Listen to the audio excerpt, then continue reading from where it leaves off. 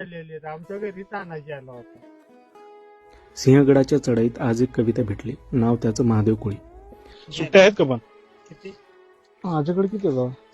50. जन्मापासून ह्या वाटेवर उभं असलेलं त्याचं आयुष्य लहानशा टपरीतून देतात ते थंड पाणी, लिंबू पाणी. जणू दमलेल्या जीवाला पर्वताचा आशीर्वादच.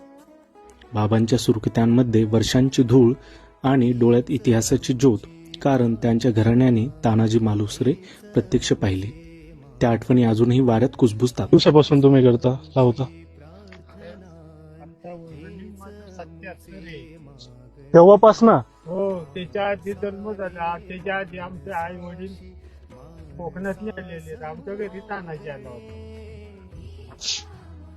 आणि माझ्या- तुमचं नाव काय? महादेव कोळी. हा, कोळीवाडा. कोळीवाडा ना? गड बदलला, वाट बदलल्या, पण बाबा नाही.